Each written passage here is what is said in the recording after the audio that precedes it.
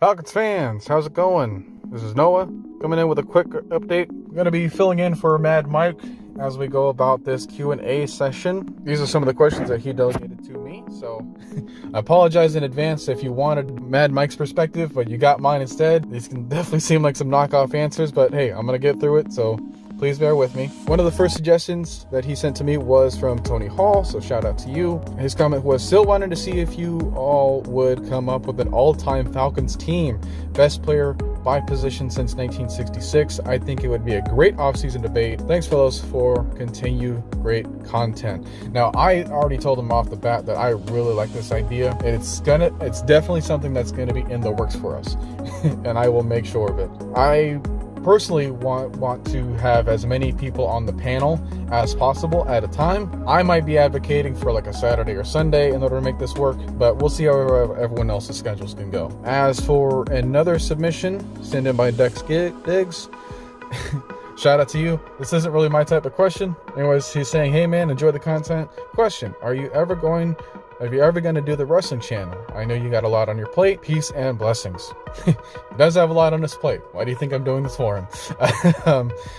Well, I think it's because of this comment, thanks to you, Dex, that he's already made his videos. He's already made the polls. Depending on how recently this can be posted up on the channel, I think, what was the last video? I think it was about Cesaro leaving the WWE. So you best believe if people requested enough, there's going to be videos about it. Appreciate that. We got another one from Jonathan Bell. Shout out to you. He's saying, with all the glaring needs the Falcons have, do you see them filling all the holes with draft and free agents and still be competitive? I like this question. I had to think about it for quite a bit. One little thing I might want to change though on this question. And he said, and free agents and still be competitive. I'd probably word that around differently to say in order to be competitive, but that's just me. Anyways, the draft and the free agency is always going to be a big component in how you build a team. Your philosophy going into either ones. Terry Fontenot, as we all mentioned, he said it himself that he wants to approach his needs on the team in the free agency so that way he can have a best player mentality when he goes into the draft. But I think in order for that to be the case, you really got to look at the draft. All right, there's no slouching. They're doing the due diligence more than they did last year when they really couldn't go to certain venues, and now they're trying to do everything that they can in order to go to the Senior Bowl, and they're actively searching. We're trying to improve our front office as we speak, basically. It's all with a plan in mind, and I like that. I like the direction that they're going. We'll see if it bears any fruitage, as we approach the season. But our February answer is going to be, yeah, I still think that we can be competitive.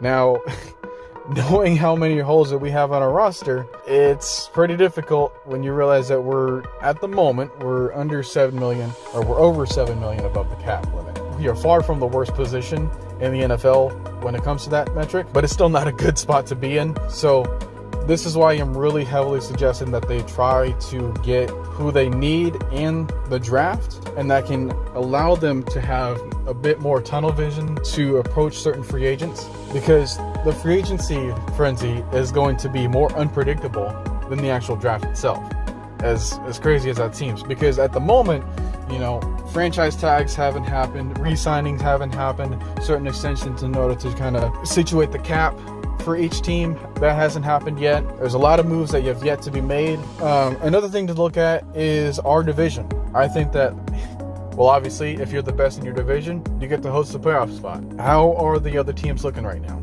Are we intimidated right now by the Buccaneers? Are we intimidated by the Carolina Panthers? Can the Aints do anything in order to make us intimidated of them? They're obviously all going to try to get better, as we are too. But it just comes down to how we can take advantage of this opportunity when, certain key people have left from these organizations that have been sitting at the top for the last couple of years. I do think that our window is still available for us, and I know that a lot of us seem to have this impatient mentality towards wanting to build this team, but I really don't see these other teams approaching, that playoff contender or that Super Bowl contender right now. Obviously, again, this is our February answer, things can go a lot different by the time that we reach the end of April. As of right now, that's the answer that I'm sticking to, but I really appreciate the question. Then we get 2 submitted by Sean, the RC Mechanic. Shout out to you. His first question will go like this. He's saying, will Calvin Ridley be traded before or after the draft? And if he is traded before the draft, will we get a first-round pick?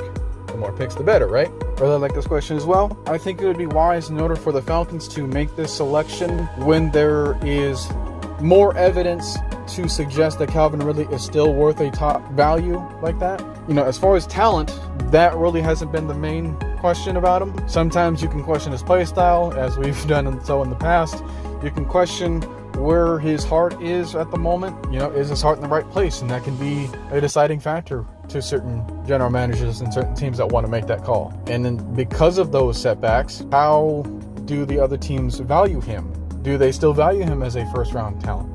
You know, he was picked at 24 in the 2018 draft class. And, you know, at the beginning half of the season for the 2020 season, he was one of the best wide receivers, or at least one of the most productive wide receivers in the NFL. So he definitely still has that to his game up until the events occurred on the field, or more importantly off the field for him. So that's still up in the air.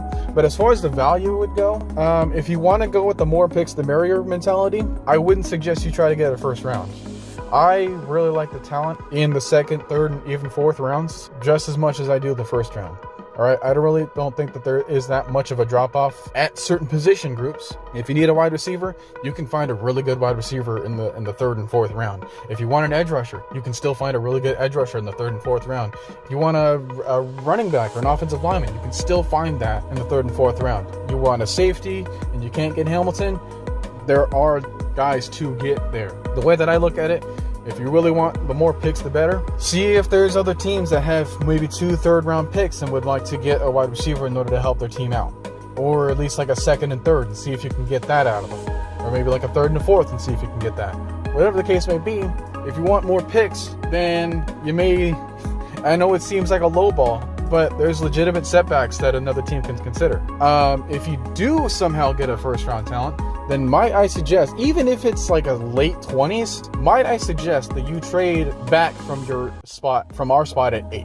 What that allows you to do is that you can get the equal amount of talent, even if you have to fall back just a bit. You can get more picks from a quarterback desperate team. You know, that's always going to be the case. You can go in with that approach, expect some calls, you know, trade back, get more picks in the second and third round, maybe another extra pick in order to help you from next year, and you can really go with that approach, and I'd be completely fine with that too. If you have just 1 pick in the first round, you know, that's fine. If you're trying to get 2 and then you still want to keep the rest of the draft the same, you might say that you'll end up with a better talent. But if you go to certain positions with this in mind, you may not get an equal answer. Be wary of that. And then the last question, you redeemed it as a stupid question, but I'm still going to answer it anyways. Just got to do my due diligence. He's saying, but is there any chance that Matt Ryan gets traded in the offseason? I want him on a winning team so he can get his first ring before he retires. This O-line can't protect Matt. Hard to ignore that fact when I think he was like legitimately the most hit quarterback in the NFL, and that's even with Burrow getting hit as much as he did. With this type of question, it's more the financial matters that would concern another team, especially for trade bait. One thing that another team would really consider about Matt Ryan is the stability that he would provide at the position. Now, say what you want about his performance or whatever, but you can't ignore the fact that he is stable. You will expect him to show up from weeks 1 to week 18. That's what we've expected ever since freaking 2009. Okay, so having that is a huge benefit for any team. Another thing you have to keep in mind is what the front office thinks about him. You know, what does Arthur Blank, what does Terry Fontenot, what does Arthur Smith say? I know they mentioned about, hey, basically no one is safe on this roster, but with the way that the contract was set up for him, it's really hard to move him. It's dang near impossible. In order to safely maneuver that, and on top of that, you're now adding an extra hole to this roster that you have to fill out, and you want to make that a quick decision. I don't know. You're gonna put your roster in really murky waters at a time that you really may not, like, you can still keep your window open with him on the roster in order to be competitive, right? Like we just talked about with the other question sent in by Jonathan Bell. Like, you can be competitive in here if you work it out just right. Now, I know we got a tough schedule ahead of us, but basically, so does everyone else, you know, in our division at least. Thinking about it from that perspective, I think this could be just blind optimism, but I think that we can be just fine so long as Terry Fontenot and Arthur Smith make the right decisions in both the free agency and the draft. And knowing what they did last year with even less than what we have now, I think they did just fine, you know, especially when they're consistently adding in pieces from the front office in order to make it as important to them as what's on the field for us. So those are the questions that were sent in to me. Let me know what you think, because this is my first video format. Everything I've done so far has been in a stream form, and hopefully I answered all your questions. Now, if you still want Mike's take on it, then, you know, you can just leave it in the comments below. But that's my side of it. I guess if you want more of it, then hey, you can let me know. Oh, one last thing, guys, what are you guys doing? Like, there are so many of us that are subscribed to Mad Mike's Points that aren't subscribed to K-Styles. Come on, man. You gotta get him from the 6-man K-Styles to the 600 subscriber man K-Styles at least. Alright, so I'm counting on you guys in order to do that. You know, it's not just for my sake, because I don't really have no stake in this, but at least do it for his sake, for everything that he's worked for. I believe the man deserves it. I'm trying to get you guys on board with the same idea as well. So if you're not doing that, then get to it, please. It really means a lot to the crew. Thanks for tuning in, and peace.